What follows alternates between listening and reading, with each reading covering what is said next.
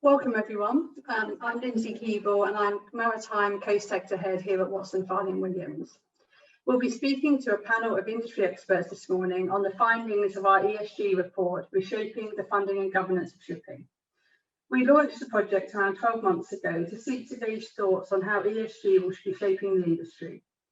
It's been clear that the focus to date has definitely been on the E, and as you will know, WFW supported the Poseidon Principles.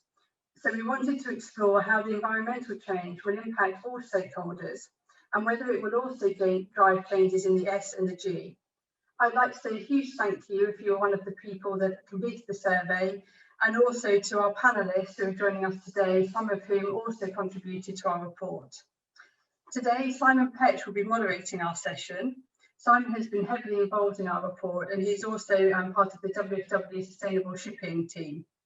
Simon's a partner in our Singapore office. Before I pass over to Simon, just a couple of housekeeping points. None of the audience will be able to put your camera on or speak and ask questions, but there's a Q&A button at the bottom of your screen. If you have questions, please put them in the Q&A box and we'll try and take these at the end of the session. We'll be doing the panel for an hour this morning and taking questions from the audience between 10 and 10:15 London time. Wrapping up just 15 the hour. The webinar is recorded, so I will hand it over to you. Thanks, Simon. Thank you very much, Lindsay, and hello to everyone. Thank you very much for joining us. Thank you in particular to the panel joining me today. Very esteemed panel. I'm delighted to be joined by them. And introducing them, we have Darr, who's the Executive Vice President for Maritime Policy, Government Affairs, and Government Affairs at MSC, Kristin Holth, who is on the board at Maersk Drilling and also a board member at GasLog. We have Katharine, who is Global Sustainability Manager, Marine and Offshore at Lloyd's Register. Christos, Tsakonas, who's the Global Head of Shipping at DNB Bank. Wright, who's the General Manager, Commercial Shipping and Strategy at Shell. And then myself, Simon Petch, as moderator.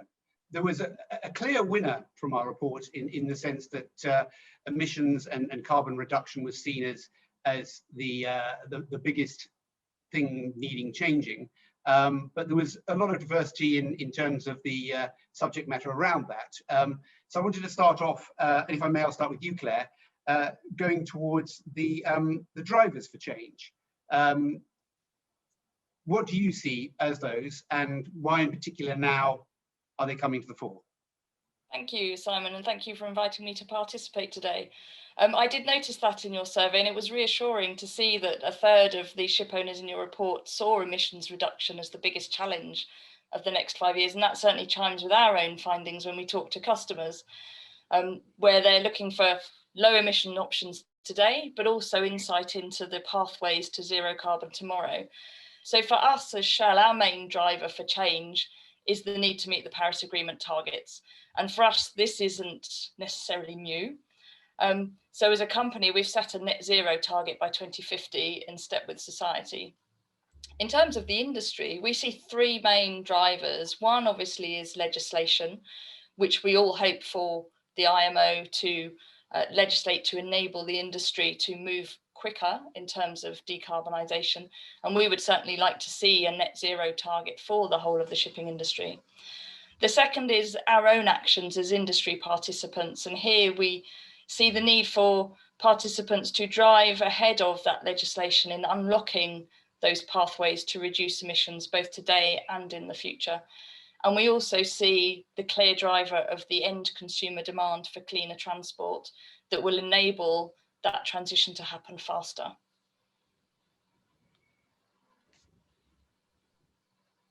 Thank you very much. If I can move the discussion along then. So in terms of, let's start with the legislation. How is that going to be driven? Who takes the lead? Is it the IMO? Is it regions, governments, extraterritorial bodies?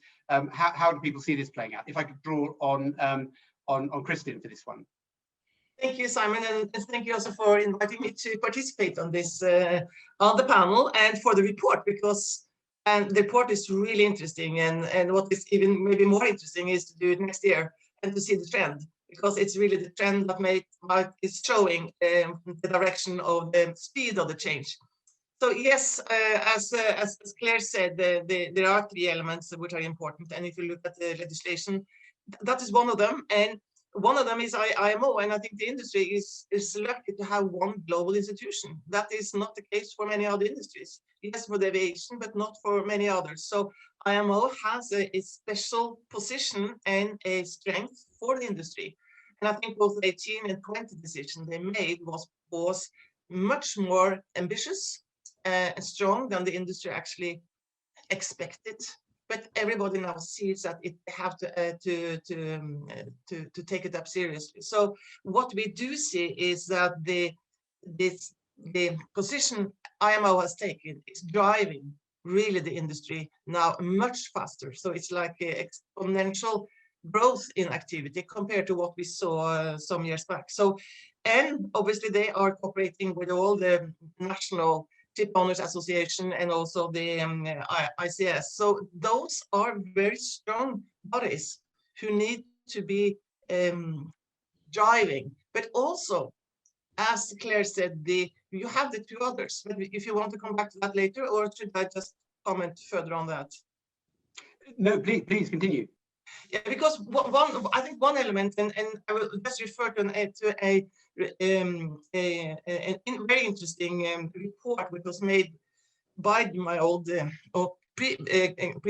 Christos employer, DNB, in Nordics. But I think that's more showing the trend, because what's the most important for the change and what is influencing? And if you look 5 years ago, it was regulators 50%, it was clients 40, employees 40. Now investors and clients and up to 70, investors 70, and clients 65 and employees 50. So the whole point is it's changing from the regulators towards the consumers and the investors. And that is a trend you see there, but where you also see other places. So I think that is maybe the biggest trend. And you also saw it just by the example with Exxon, with the activist investment fund coming in, really showing the strength of a small fund in a huge company. So the power of the end consumer and the investor has really been maybe one of the major drivers, which you cannot ignore. Thank you. I guess that runs hand in hand with a lot of the industry initiatives we see, such as, I mean, there's the Poseidon Principles, there's the Getting to Zero Coalition, there are others. I can't name them all now, but and also there are other initiatives such as Scope 3 emissions regulations and so forth. So yes, that does seem to be a move in the direction you're saying. But could I bring you in on this idea of the pressure from industry participants, whether it's charterers, perhaps Christos, I'll come to you about financiers in a minute, but are you seeing that? Do you think that is a valid way to affect change while the IMO, for example, can get its house ready for the next stages?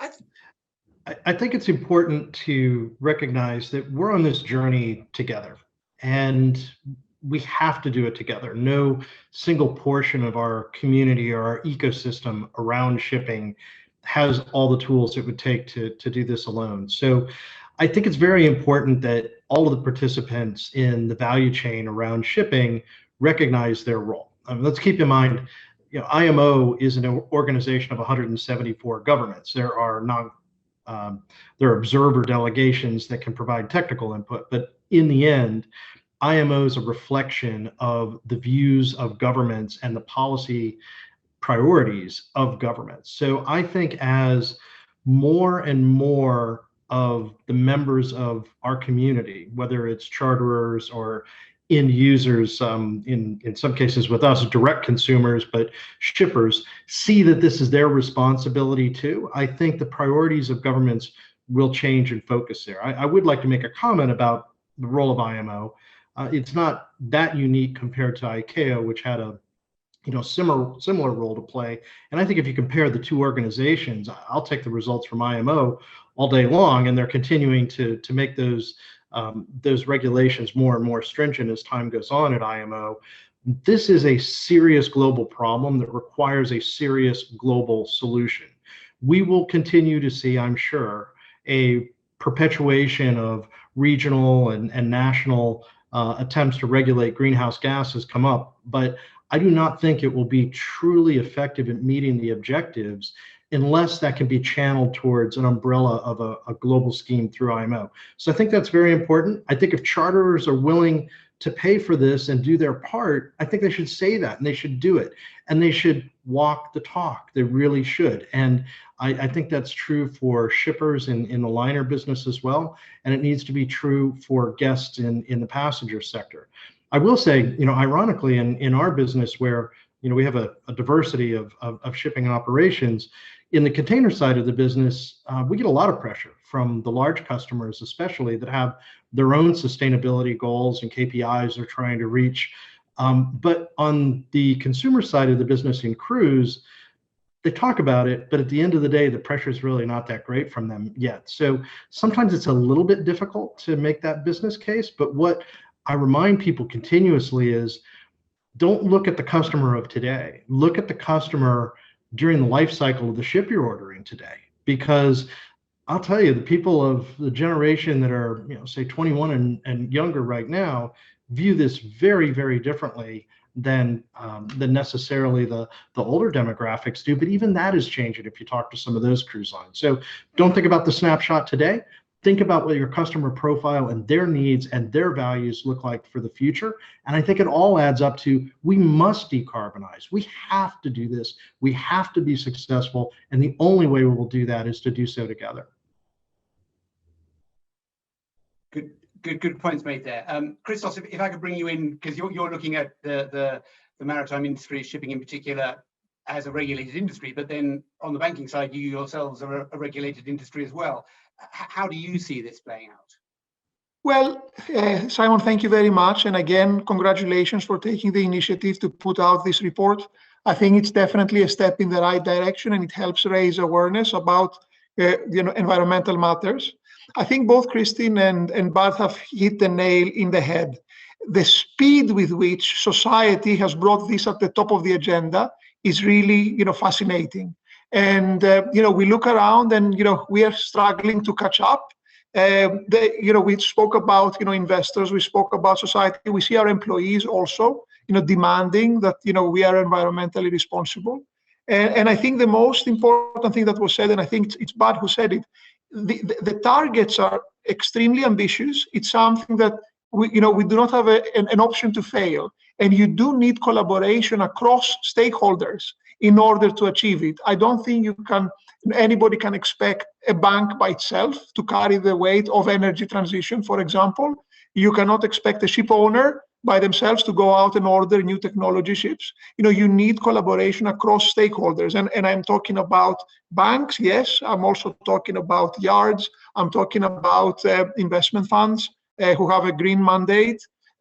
Potentially governments, although that's a little bit more challenging, and also creative trading mechanism, be it carbon levies, be it ETS schemes, to really take this off the ground. But society is going in this direction. I think people are seeing it. People realize this is very serious. IMO is, in my view, the obvious body really to drive direction for this change. And when it comes to banks, you saw that last year was the first year that we put out Poseidon Principles, and it was the first time we could actually put a number on the carbon intensity of our portfolio, but also understand the drivers behind it. It's not a perfect tool, but it's definitely a first step for us understanding what does our portfolio look like. And I can talk a bit later about what do I see as the next steps to that, and what do I see banks doing going forward in that respect. But I don't want to monopolize the conversation, so I'll come back to these points. Thanks very much, Christos. I'm just going to turn to Katharine. I'd like to come back to what you said on a number of things, but including this collaboration point, which was something that did very much jump out at us from the report, and some very interesting findings from the responses we got there. But just very quickly, Katharine, just on the I guess the practicalities of regulation, because within Lloyd's register, and I know you look at this from other organisations as well. And we will come to the technologies and a bit more practicalities in a minute, but just the practicalities of the regulation itself. Do you agree with the others? Is it a sort of a voluntary approach for the time being until we can get a concrete set of rules in place with the IMO, obviously supported throughout by the sector participants? I think it's a combination, isn't it? It's not like sit and wait and see and wait for regulation to tell us what to do. It's the fact that, you know, this is system transformation and we have to start that transformation now. It's not a let's wait and see and start our transformation in a decade's time or another decade's time, because we will never achieve our end goal of net zero by 2050 if we keep pushing the start of that transition down the line. But this is a transition and there is action that can be taken today. And that is, you know, we've seen these market incentives appear like the Sea Cargo Charter and the Poseidon Principles have been named already, and the customer pull from some sectors within maritime. And I think it's important to remember that we are integral to global supply chains. And so therefore all actors in those supply chains have levers at their disposal that they can start to pull. And that's what we're seeing happen. And whilst action is being taken in the short term, which we're seeing now from the private sector, and we're seeing much more private sector commitment around targets being made, you know, policy is happening in parallel. And those policies will again, you know, hopefully be providing an incentive for that uptake of low to zero carbon fuels to enable that transition even more based on what the market hasn't been able to achieve. So I think it's a combination of the market incentives, a combination of policy, and then obviously we get into societal needs and technology readiness. But essentially we're looking at those transition pathways which have to be safe, sustainable, commercially viable, and meeting society's needs in reducing carbon emissions. So there's lots of options available. There's no one route that everybody's going to follow. So it's understanding those different potential pathways and how we work together through collaboration to help unlock those barriers to create the step changes that are needed along the path. Thank you very much. I mean, yes, this sort of commonality of approach, and we've mentioned a few times here the Poseidon Principles, the Getting to Zero Coalition. If I may, I'll go to Bud and then Claire on this, and then bringing Kristin a bit later. But in terms of this sort of common direction of travel, and in terms of this collaboration we're talking about, is who really takes the lead? Who sort of drives and corrals everyone together, and B, I suppose it's the should we be looking at these, for example, Getting to Zero Coalitions, Poseidon Principles? Should these initiatives be looking to coalesce and build strength that way, or are they better off being smaller, more agile, and focusing on their particular fields, as it were, be it finance, be it chartering? So I'm happy to go first at that one, and thank you again. I think that those initiatives have catalyzed some thinking around, you know, important elements of this. But to answer your fundamental question, I think we would be stronger as a community if we could coalesce around common ideas rather than the disparate ones that are emerging in sort of the micro ecosystems around this. And don't get me wrong. You know, we're part of both flavor of that, and we're not sure where the best ideas are going to come from. But I personally would like to see a more coherent message coming from the industry side of this, and not just the carriers, of course, but the whole community on the industry side, to better inform the decision making of governments. And when it comes to those sorts of things, like you mentioned, the Sea Cargo Charter, the Poseidon Principles. I think fundamentally it makes sense that, consistent with their own values that they're trying to live into as lenders, that they would want to look for a way to quantify that. However, I think the details really matter as to how that's done.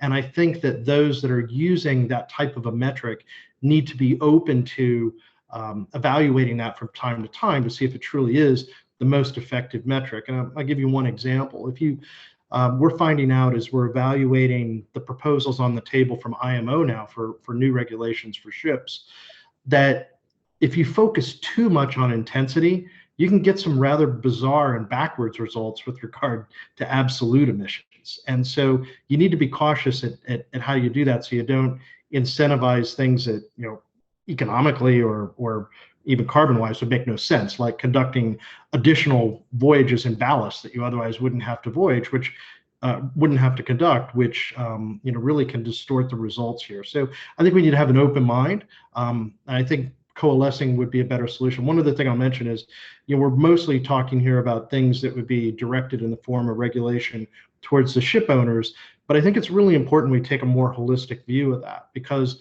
the upstream side of this, whether it's OEMs that will provide the energy conversion devices that we will need, either better generations of internal combustion engines for what we need, or maybe new generations of gas turbines, or maybe fuel cells at large scale.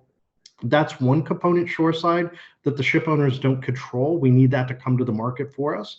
But fuel is probably the long pole in the tent here, because I believe the technology side is doing pretty well on the progress.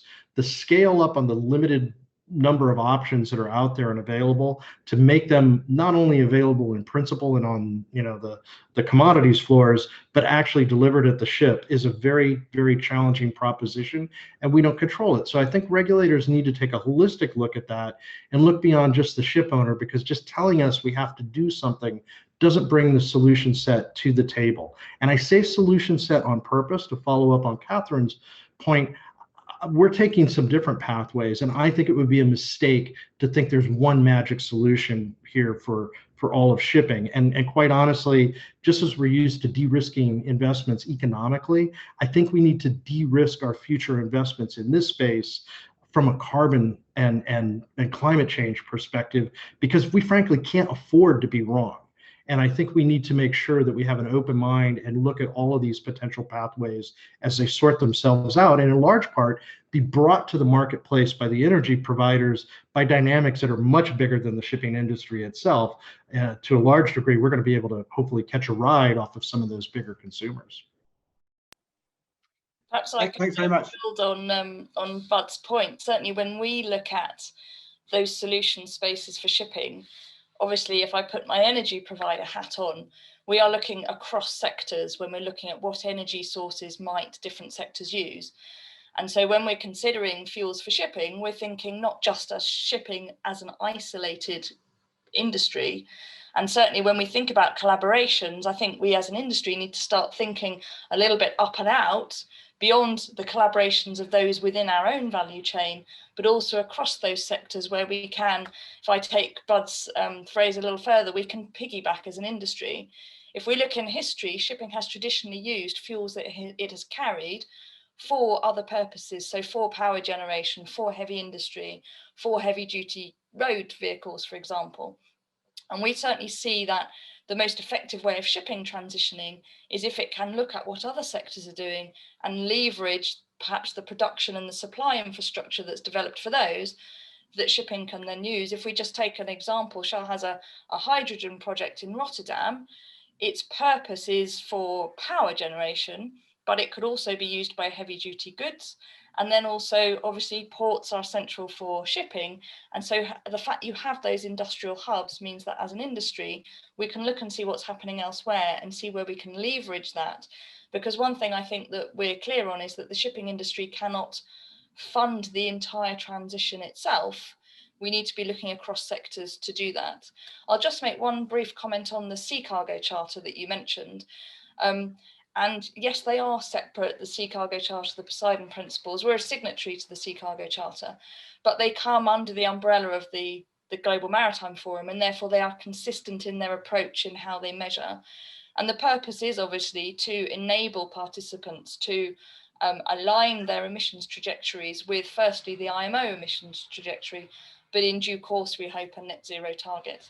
And I would also echo Bud's point that, not wanting to put words in my mouth, Bud, but we also in Shell, we support the fact that as in terms of emissions, we need to be looking at the whole chain. We need to be looking at that well to wake emissions rather than just the tank to wake that the shipping industry is currently regulated on. So there's still some work to be done in terms of how we can efficiently, in terms of the regulation, get the industry to ideally a 0 point. But in the meantime, as an industry, we can be working on those collaborations to test, de-risk, and fundamentally make sure that the options that we have on the table are safe, whilst also looking at what other sectors are doing where we can perhaps leverage infrastructure they're building. Mm. Yeah, if I could just come in there, and I mean, I think this panel is agreeing, and I think I've found on all panels I do on this subject now, everyone just seems to agree all the time. So it's great that there's a lot of consensus in the sector about what it is we need to do. We just need to try and find out how. But I completely agree with Claire that this is not about shipping just talking to shipping, and we have to be looking outside, because we're not going to be the only sector that is looking for the same source of looking for a specific kind of energy just for ourselves. And so because everyone else has to transition, other industrial sectors have to transition as well. And so it's finding those synergies with others that can help provide that demand signal for producers to secure investment to ramp up production capacity, for example. And so how can we as a sector find those synergies with other industrial sectors to provide that demand signal that then enables producers to secure investment, to change their production processes, to ramp up capacity. This is a long lead time as well. So just by providing that demand signal doesn't mean that someone can produce what is needed tomorrow. There is this lead time. And I think this is why, we're in this decade of action. If we want to be able to create some inflection points on our trajectory curves in 2030, to be able to do much more ramping up and scaling to get us to 2050. And when you look at the range of pilots that are being undertaken at the moment, and you look at the stakeholders in those consortiums, you're seeing this, there is this diversity across stakeholders in collaborations and consortiums. So, we have shifted in who we bring in to work with to solve some of these challenges. Kristin. Thank you. Kristin, you had your hand up there. I did. Thank you, Simon. Yes, I'll continue on what Katharine said, because what we do see today is a broad range of cooperation across the value chain, which might not be new, but the scale of it is new. And if you see it, it's a large, as Katharine said, it's a large companies like the strong ship owners who it's Wärtsilä, it's Yara, it's some of the upstream companies. So it's really a broad range of, I think we looked at it, about 8 or 9 ammonia projects, just easily, which I saw, and that shows the intensity and the eagerness and the importance of not just doing this on your own, but sharing the risk of the investment going forward, and that's with your suppliers and with your clients. So it's much more part of the value chain than just the company as such. I think that in itself shows that, yes, we don't have the technology today for fuel, for example, but there is so much on its way that will happen. And Christos, your hand also up. No, I think everybody agrees that things need to change. Everybody agrees on the direction. Everybody agrees that risks have to be shared. But the big elephant in the room really is, how is all this funded? Who is going to actually, put money on the table to make this change happen? And that's really, a very, very, very big question. And if you want to monitor people's behavior, I mean, you can look at, in shipping, you can look at scrapping, right? We have the responsible ship recycling standards. There is a real cost to recycle in a responsible manner. I'm proud to say that, we at DNB last year, 100% of the credit facilities we did included responsible recycling, but we see the industry not being there 100%, to really take that cost and recycle responsibly, assuming, of course, they can find the yards to do that. And I think something similar goes with the energy transition. If you're gonna, Kristin talked about projects and ammonia projects, and if somebody comes to a bank and says, I'm gonna order the first ammonia run tanker, it's not a matter of, picking up the phone, calling your bank and asking for 70% financing. That's not the way these projects are gonna be funded now. I mean, people need to put the hand in their pocket, and that includes the yards, it includes the charters. We are definitely gonna use our balance sheet. We are gonna use our expertise to structure the risk and spread it around. But people have to realize that it's not an option not to meet IMO 2050. It's not an option not to exceed and get to zero, but there is a cost to that, and we all need to be prepared to share in that cost. I think that's really the big elephant in the room. And words are cheap, but people need to actually put their money where their mouth is. It's a good point, and I hope we'll come to a bit more about the funding of it. If I can, I mean, one of the things that I found very interesting about the report we did was, and this goes to this joint approach that everyone is taking, and I think there's benefits and challenges in sort of aligning people's strategies to take a common approach to the transition, but also there are, of course, competing interests. For example, for resources, if you're fueling your ship on clean ammonia, you've also got the agricultural industries wanting to do the same thing, and hydrogen, and all of these things. Currently, there is a limited supply and a lot of demand. But one of the interesting things about the report was when we asked people who would they team up with, who would they joint venture with in this environment, the ship owners came back and said, overwhelmingly said, other ship owners. So it wasn't a cross-industry coalition. It was stick to the people we know and come together with the people we know in order to address these problems. I'll go through you all again just to get your take on that. But if I can start with you again. Yeah, I can assure you that wasn't my response. Not that we're against partnering with other ship owners, but yeah, we have enough diversity in our fleet. Overall more than 600 ships. Where we're a pretty good microcosm of the entire industry, so we understand the dynamics there. Would we be willing to team up with another ship owner? Maybe. But when we talk about partnerships, we're really trying to look out beyond our own bridge windows, particularly into those parts of this ultimate solution set that we're not capable of delivering on our own. We're great at offering on MSC cruises, a guest experience that makes for a great holiday. We're great at moving containers around the world. We have almost no ability to deliver a fuel to the marketplace at scale economically and get it on board ships with all the logistic challenges that go with that. We have very little capability of designing energy conversion devices. So when we talk about partners, we typically are looking beyond the expertise that we have internally. So we don't necessarily want to duplicate that. We rather want to leverage others who want to work on solving this problem. Could that include some of our customers? Sure, it could.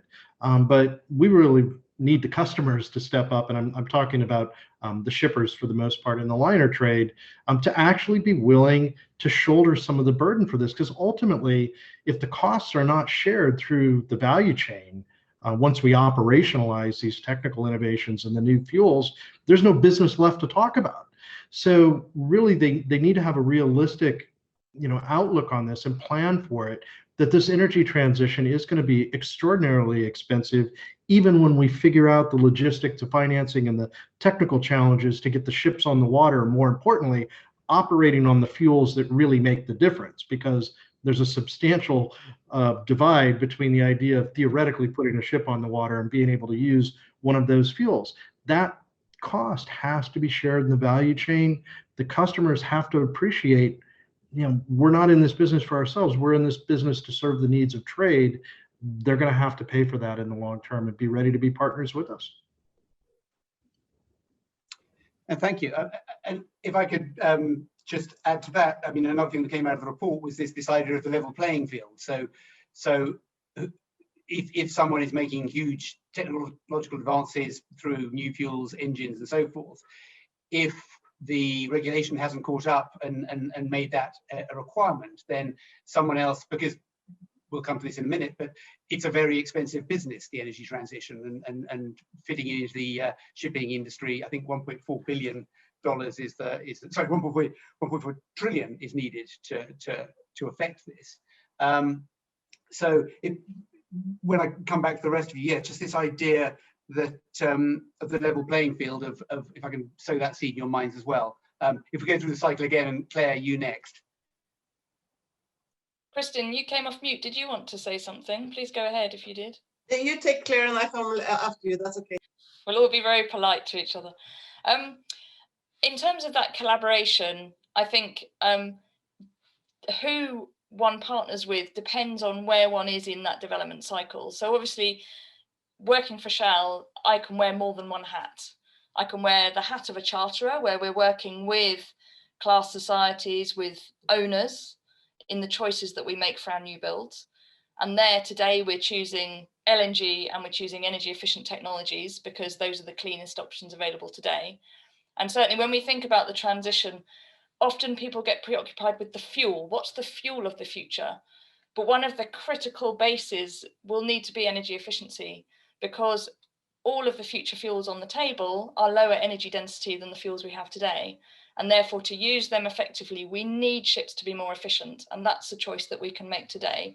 And so we're making those choices where we can operationalize them, but we're also looking at new projects where we're working with class societies, OEMs, technology developers to test different technologies to see if we can use them safely and if they deliver the savings that we're expecting.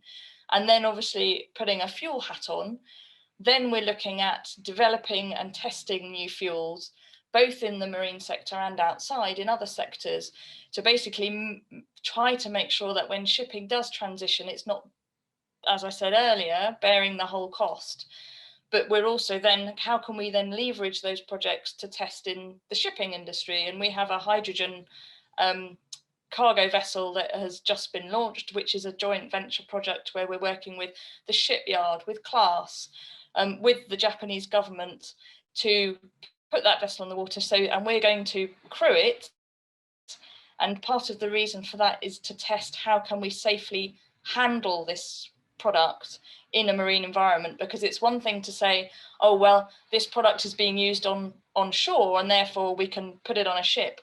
We need to recognize, which I think all of my fellow panelists will, that there's a process of marinization that has to happen in whatever choices we have in front of us.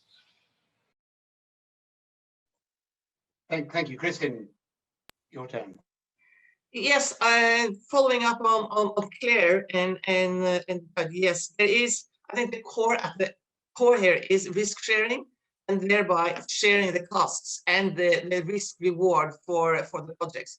But a couple of things I was surprised by this by your review, and one was that you go more for the vertical than the horizontal cooperation, because you can reduce your cost, you can pool your technology knowledge, etc., with other ship owners, but you cannot really develop what you need as part of your suppliers and your clients when it comes to the value chains of the improvement of your design, of the fuels, of the engines, etc. So I think that was one of the things I didn't really understand. And as Brad said, that's not where he's going either, to really make or break new technology for the company.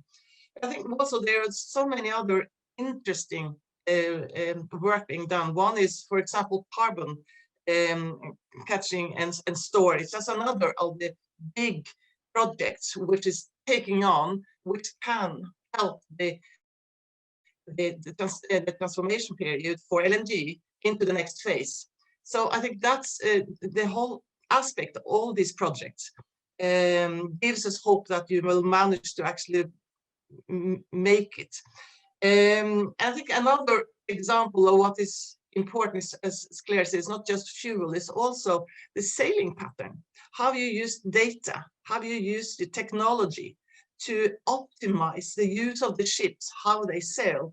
And you see some companies have made those investments and have really advanced in them and have an enormous effect. So you're seeing investments and technology and development in so many areas, which together will give an effect. And then back to also your questions on coordinating all these efforts. I think it's good that you have so many efforts, because if you just spend time coordinating everything, you won't get anyway. I think IMO is enough to coordinate with all the states there. So I think I like that we see so many initiatives that really are having high speed. No, thank you. I do. I'm conscious of the time, and I do want to get onto the bill and who's going to pay for this all.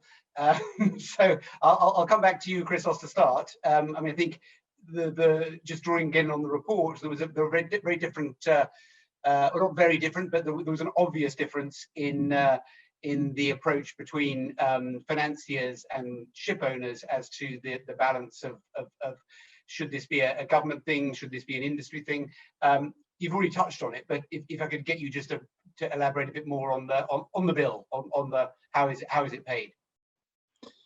Yeah, I mean, there is a difference between, you know, what you see between ship owners and financiers, and that's has to do with you know, the stakeholders, you know, the investors behind, you know, financiers, and you know, shipping dominated by a number of individuals if you take most of the companies. But I think if you do this survey next year as well, you will see that, you know, ship owners will gradually be catching up. I mean, trying to turn to governments for help. This is an industry that has shied away from government and taxation for many years. So, you know, raising a hand now and asking for help there, I don't think we will see a lot of sympathetic ears. I hope we do, but I don't think that's going to happen. There were some initiatives that were put forward at the Global Maritime Forum, like carbon levies. Trafiguras, you know, spoke about a variant of that. Some sort of ETS scheme that definitely is going to come into play. It has to be more expensive to use all technology in order to incentivize, you know, new technologies to come up. I think that is definitely going to come. But if you look at financing itself, and if you look at sustainable financing, I mean, this is a space that has grown in a phenomenal pace. In 2016, there were about $100 billion of euros raised in sustainable funds. And this has grown fivefold. And last year we saw that exceed 500 billion euros. I mean, we've been extremely successful raising sustainable financing for a number of our clients. You know, Odfjell, you know, Seaspan, we have the International Seaways, Euronav. So this is catching up, and it's catching speed also into shipping. So there are investors that have a mandate to promote this type of investment. So this is money we can definitely access. But you know, what I said before is I see the role of banks changing very much from simply providing capital of their own balance sheets to really tranching the risks and splitting them across stakeholders through the value chain. I think that is, you know, that is what the shipping bank of the future is going to be doing, and this is certainly the direction that we are going more at, spreading the risk, pricing the risk, distributing the right way, because it's a big bill that has to be met, and it's not going to be done in the traditional way. That is clear. No, thank you. Just on the what we are paying for, Katharine, if I could just get, and this comes back to the direction of travel, get your thoughts on. I mean, Claire has pointed out it's not just about the fuel, but there are these other technologies. I guess it's the balance between technology, fuel, and the other aspects. How have you seen that changing? How do you see that changing over time in terms of emphasis? Are people going to go for the fuel, or we've heard about investment in other technologies? There are certainly a lot of sort of incubators, sand pits around the world looking at smaller scale things that can add value and add benefit to this process? Well, I completely agree with Claire that energy efficiency, it runs throughout this. This is a transition. There's no point on that timeline that says we don't need to be energy efficient anymore. We still need to be energy efficient when we're net zero 2050. So energy efficiency technologies, whether they're technologies or whether they are operational practices, they should be, I guess, inherent in how we design and operate as a business. And I think what we've seen is, a lot of energy saving technologies and devices, trying to come to the market. But again, they're not taken up as the norm in ship design or ship operation.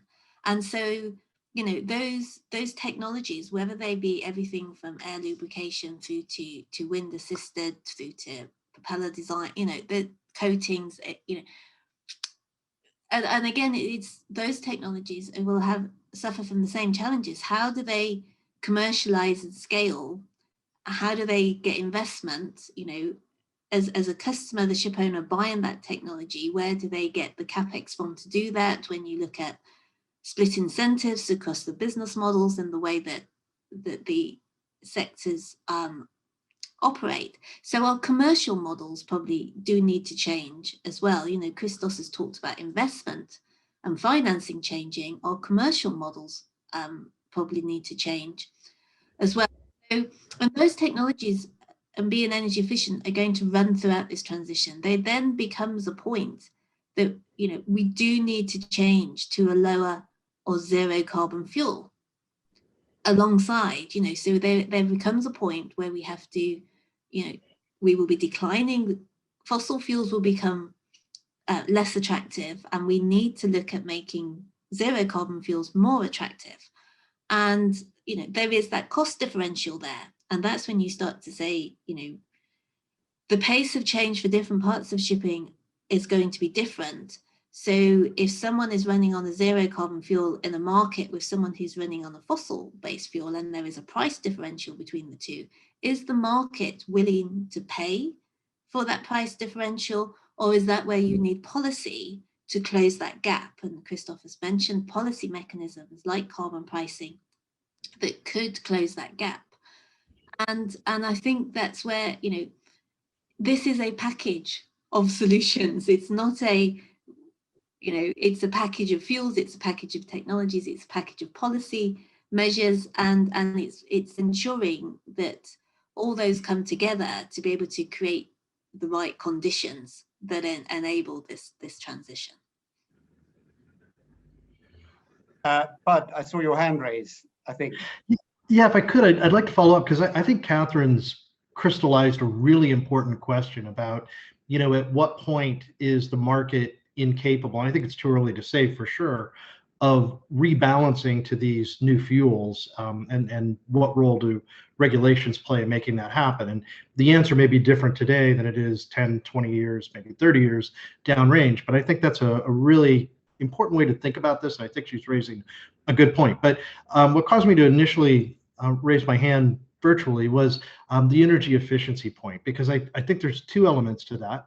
I think that Claire's exactly right, that if we look at the volumetric density of these fuels and the autonomy needs of ocean shipping, it's really going to be critical that we use those fuels as efficiently as possible so that we minimize the volumetric space that's taken up on the ship to carry around your gas station with you, instead of carrying cargo and making the ship economically viable in the long term.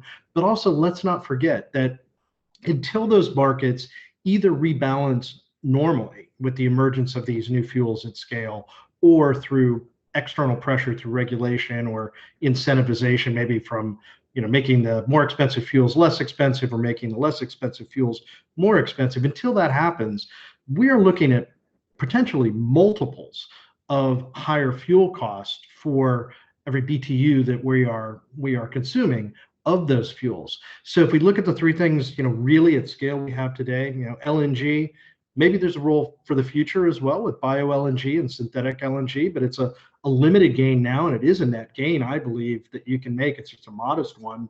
And then with biofuels, which is also available today, if it's available at scale and we can compete for it successfully, okay, maybe that's got more of a continuing role. But energy efficiency is the one I'm 100% sure on, has a future role, and we shouldn't lose the value of what we've learned now for slightly different reasons as we transition to these other fuels in the future. Because I agree with both Claire and Katharine, this is going to be essential for the long-term viability of the business. Great, thank you. Now, we're going to take some questions in about 8 minutes from the viewers of the webinar. So before we do that, I'm going to give you about 1 minute and 40 seconds each, and you can trade that between yourselves as you see fit. Just to ask the final question, which is how confident are you that the shipping industry is going to meet ESG targets, that it's going to succeed, as it were, over the next decade or two? And I'm going to start with Kristin. Oh, thank you for starting with me, Simon. I think I said at the last panel as well that I am confident. And I think sometimes we need to look back and see what we have achieved for the last 5 years or 10 years, and then to see going forward, because some of the targets are coming for 25, for 2030. And when you see all the R&D work on the table now, I am certain that we will achieve extremely higher efficiency on fuel for the sailing ships. And to one of your other questions, that only 29% of the owners saying ESG barely influence their investment decision. That's the one I didn't understand, because most shipping companies, owners I talk with and I meet, they're all on projects with various parties where they cooperate to find solutions. So I really don't understand that. On that basis, I'm quite positive. But there's so many hurdles, so many challenges. Risk sharing is maybe at the core of it, for the funding and for getting this off the table to really find the viable solutions. Thank you. Christos, can I ask you next? Your minute and nearly 2. Yeah, I mean, very quickly to follow up, I was also very surprised to see that owners said they're not, basing their investment decisions on ESG. I mean, we see an order book that's at a 30-year low as a percentage of the fleet. I think this is very clear evidence that they expect something major to happen, and they are not willing to put, more money on the table until there is clarity. I would start by saying that I'm very confident the shipping industry will make it. There is no doubt about that. We need not to lose sight, of course, that even today, shipping is the most environmentally friendly way of transporting goods from A to B. That's something we shouldn't lose sight of. But what I find extremely encouraging is you see the speed with which these matters are being put at the front of the agenda. You see how many initiatives, different initiatives, are being put in place in a very, very short period of time. So I'm very comfortable that we will have solutions that make sense. I'm comfortable that there will be capital. We already see it on the sustainability finance front. There is money to fund this. So I would say yes. We will be compliant with IMO, and we will get to zero. That's definitely going to happen. It's not going to be easy, but we will be there. Brilliant, thank you. 2 out of 2 so far. Claire, if I can get your view on that. I'm also confident that the industry will make the transition in reducing its carbon emissions. I think when we look at ESG as a whole, there's one area where it's a central factor of every ship owner's decision, and that's safety. And safety, I think, gives us an example of where the industry has come together over the last decades to make significant improvements in the safety performance of the vessels in our fleets. And I think we can take confidence from that when the industry needs to change, it does. But in any industry, there are always front runners who move ahead of the pack and show the way and demonstrate the solutions that the industry can leverage on. And I think we can also take confidence from the fact that other industries are also moving at pace, and that they will develop solutions that we can also leverage. So I see the environment within which shipping sits presenting us with a lot of optimism over shipping's ability to transition to the IMO's targets, and we hope to do a net zero target by 2050. Thank you very much. Katharine, next. Yeah, I would say I'm also an optimist, and ESG, I think, in shipping is more than just greenhouse gas emissions, but I think, you know, the focus at the moment seems to be solely on that. And I think, you know, when we look at all the, I guess, UN SDGs and the Sustainable Development Goals, and you look at where, you know, shipping can contribute towards achieving those, you know, there's a lot more we could do. And you know, things that have been mentioned today, like Claire mentioning safety and Christos with the responsible ship recycling standard. I think, you know, there's a bit about making sure that we don't have any unintended consequences elsewhere around sustainability impacts as we try and solve the energy transition piece. So I think there's just that bit about balancing. But I'm optimistic that when I'm seeing the pace of change, I'm seeing the targets and commitments coming out from the private sector, and the leadership that I think the private sector is showing in wanting to do something. I'm optimistic that that yes, you know, we will achieve the IMO goals and go beyond for net zero. Great, thank you very much. And then last but by no means least, over to Bud. Well, least is okay too. I'll take that. So I first of all really want to follow up on a comment Claire made about safety, because I do think this is important. We need to make sure that we in parallel track address some very significant safety challenges that we have with some of these other fuels. I think they're solvable problems, and I think how these fuels are managed ashore will give us some cues, but we really can't lose sight of that, and that has to happen at the same time. But the short answer to your question is yes. I do believe firmly we will get to it, but I'd like to expand on that just a little bit, because I think we need to, you know, parse it out a little bit as to what it means, because it means different things to different people. With regard to the IMO levels of ambition with 2030, very, very confident that with energy efficiency improvements and the limited introduction of lower carbon fuels and technologies, we'll get to 2030.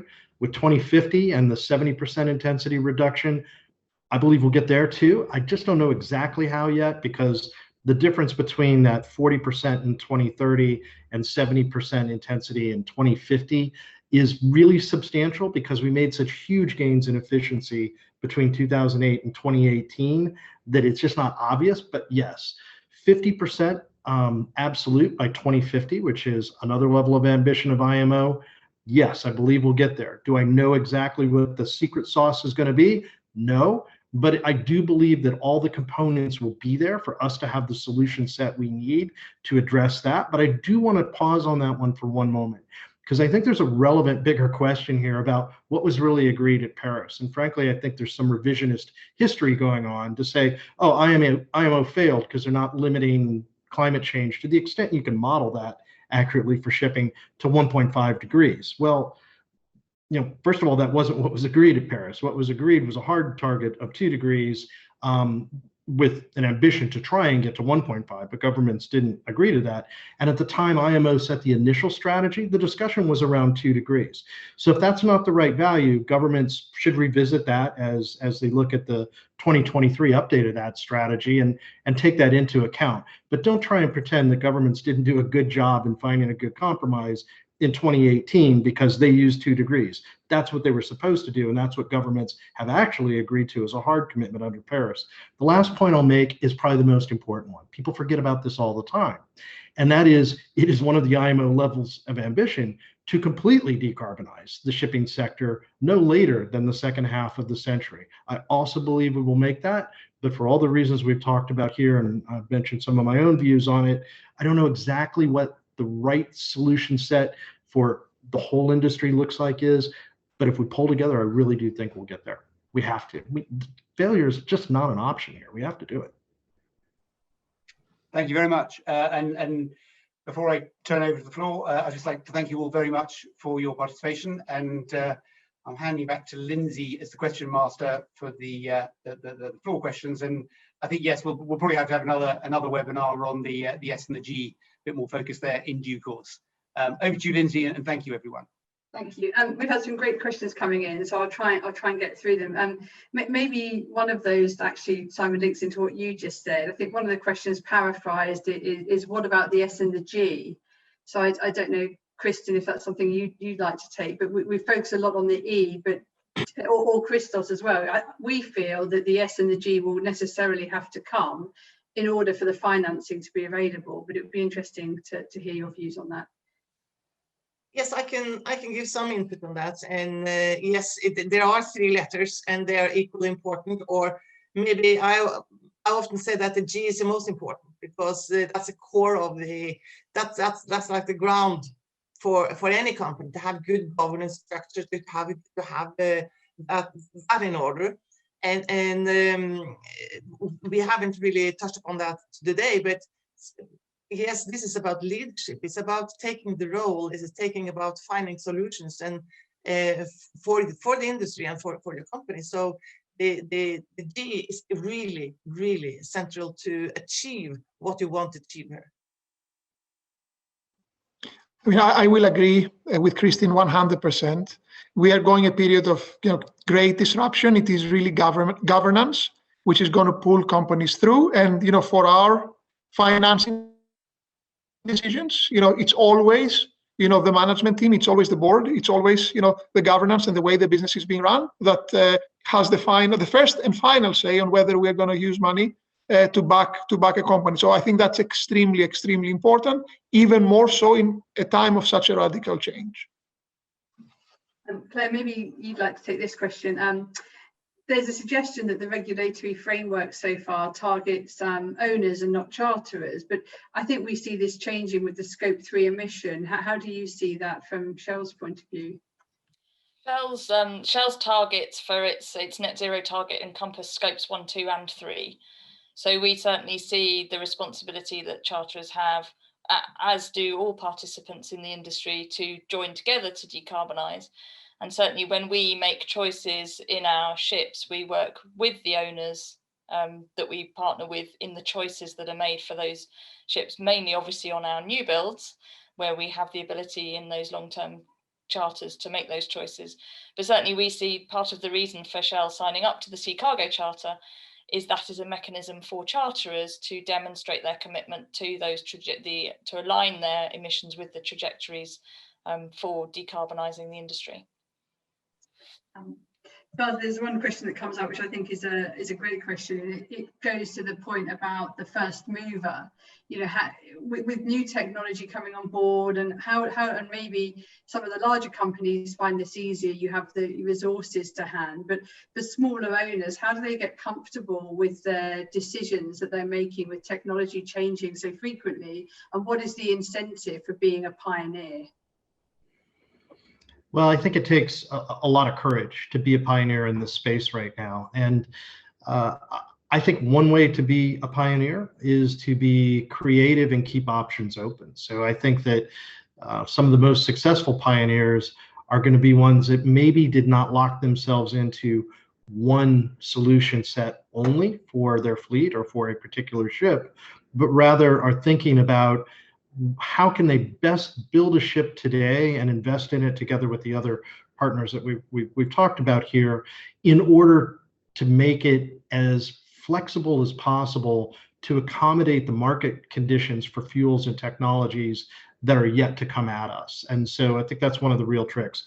Typically, removing some of the risk for early adopters happens through regulatory function. But in this case, I'm not sure whether or not that's actually going to get us where we need to be at the moment, because the solution set is so limited today. But I would look for, in the future, regulations to play a role in that, in addition to the ones that are already out there today. And I would say, I think the regulations that are in place today, and I'll remind everybody, the maritime sector through the IMO has been regulated globally by governments on greenhouse gas emissions since 2013 on a mandatory basis, and a lot of recommendatory work went into it up until then, and those measures continue to be enhanced every single day, including today. I mean, that work is ongoing right now, and I think as that work further evolves, I think it will remove some of the risk for those that are not comfortable jumping in without that sort of external influence of the regulations.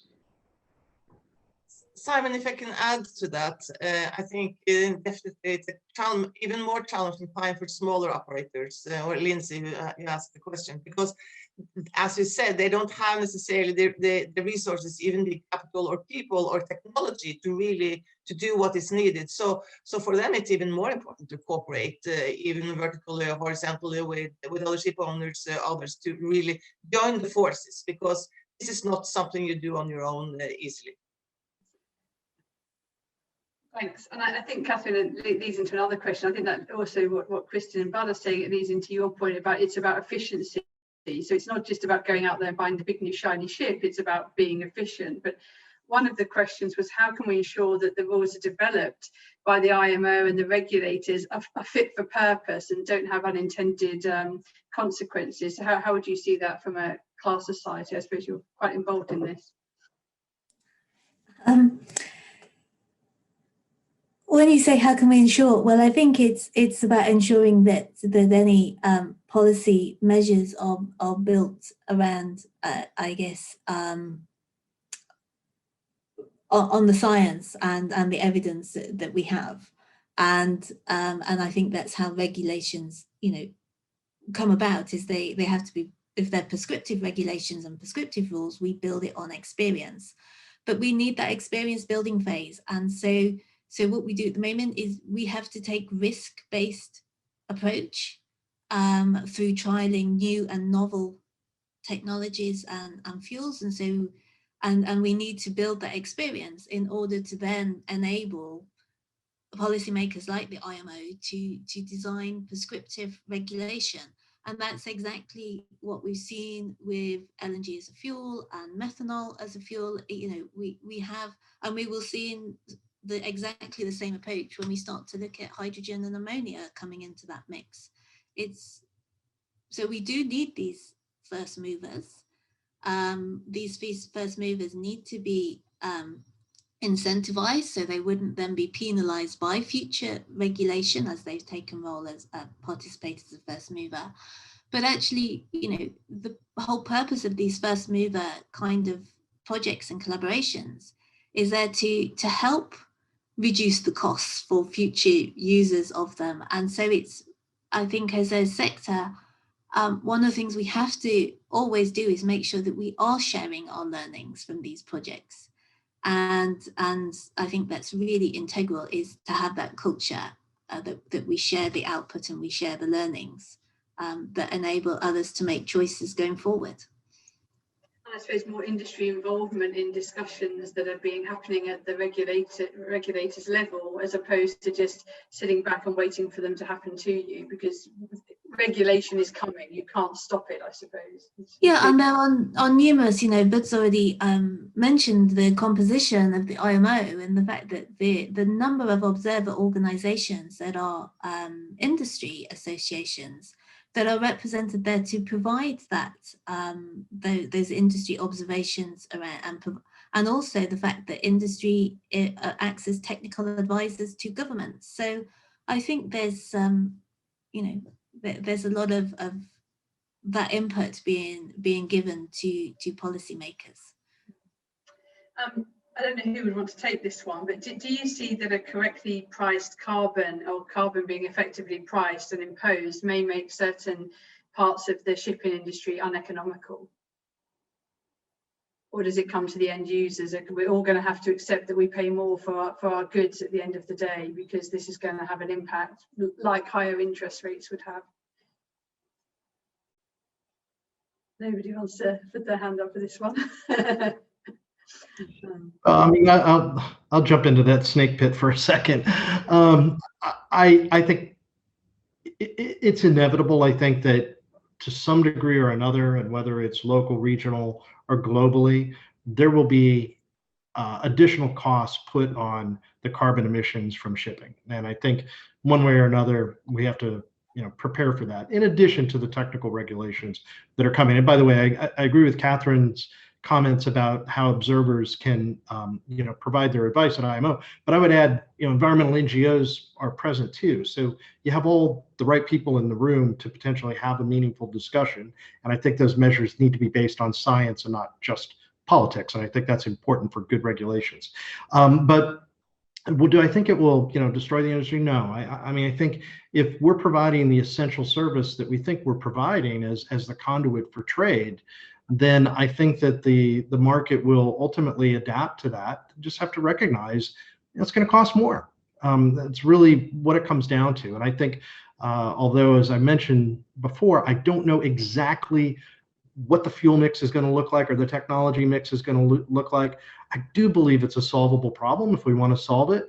But we've got to understand, just like for the rest of society, at least in the short term, this has a monetary cost burden that's got to be borne. And if what we're doing matters, society will ultimately pay for that. And that includes, I think, all sectors within shipping as well. And ultimately be a value choice of, is this an essential function or is it not an essential function? I happen to think shipping will be and will be for a very long time. But, other people may have a different opinion. And Christos, just maybe a final one for you. We had a question about, and I'm paraphrasing the question, but how do we ensure that clauses in loan agreements are not just lip service to sustainability goals and that they actually have teeth? And you might flip that back and say that's really a question for a lawyer, but I think we saw when we developed the Poseidon principles, the intention is not to catch the ship owner out for its score. It's about ensuring compliance. I don't know what comment you'd add to that.